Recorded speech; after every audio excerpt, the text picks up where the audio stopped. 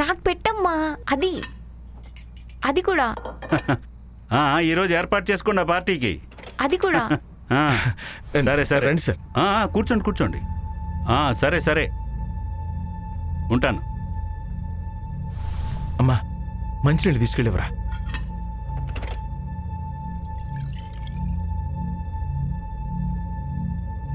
Sir water తీసుకోండి. అమ్మా భూమి, డబ్బులు తీసుకొచ్చి బీరువాలో పెట్టాను, అవి తీసుకొచ్చి సార్కి.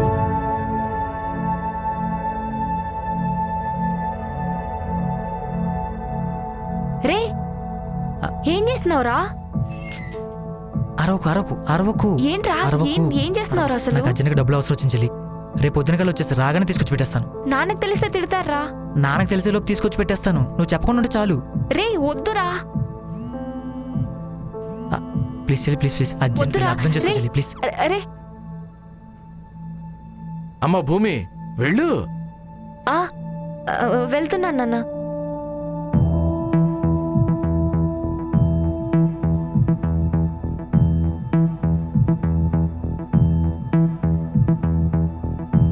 ఫోన్ లిఫ్ట్ చేయరా. కట్ చేస్తావేంట్రా? సార్ మీరెందుకు సార్ ఇంత శ్రమపడి వచ్చారు? నేనే వచ్చేవాడినిగా. నాకేమన్నా జీతం ఇస్తున్నారా సార్ స్టేషన్లో తీసుకోవడానికి? ఏదో మీ పని చేసి పెడుతున్నాను కాబట్టి మీరు గిఫ్ట్గా ఇస్తున్నారు. గిఫ్ట్లు ఇంట్లోనే తీసుకోవాలి శ్రీనివాసరావు గారు. ఎక్కడ సచ్చావురా? చూడు. సరే. అయ్యో ఫోన్ లిఫ్ట్ చేయట్లేదే, ఇప్పుడు ఎలా?